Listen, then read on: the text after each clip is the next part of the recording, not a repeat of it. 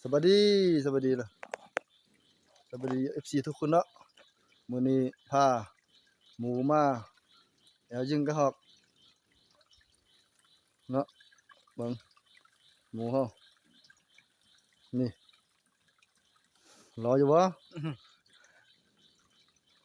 เบิ่งเนาะได้บ่ได้ติดตามต่อไปเนาะ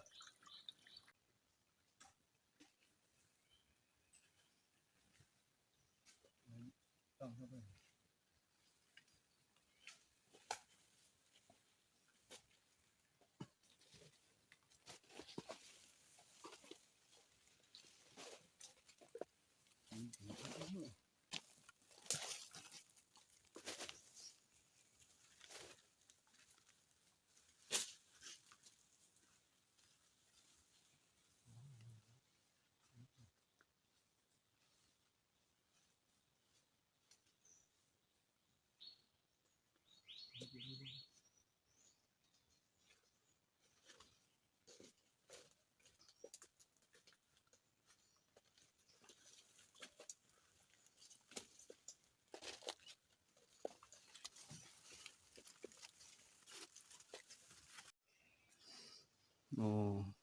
เบิ่งบรรยากาศเนาะพี่น้องเนาะอยู่ป่าอยู่ภูเนาะเบิ่งหมูไปทางนั้นแล้วเนาะปลากล้วยพี่น้องหายิงกระหอกเนาะลงไปตามภูตามผาตามห้วยเนาะพี่น้องเนาะ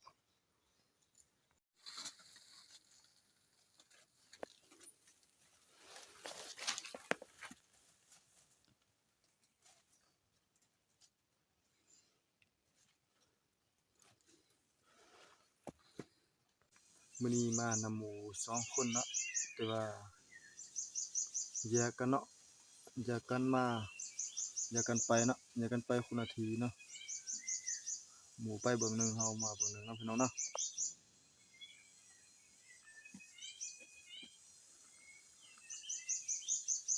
พร้อมกระหอบเนาะจักว่าสิมาทางใดก็บ่ฮู้เนาะพี่น้องเนาะ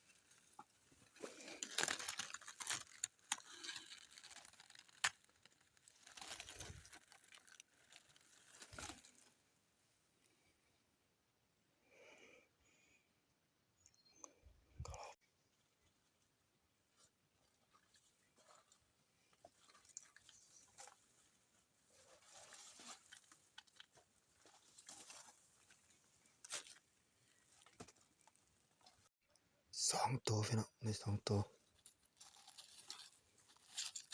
หาก็ได้เนาะพี่น้องเนาะ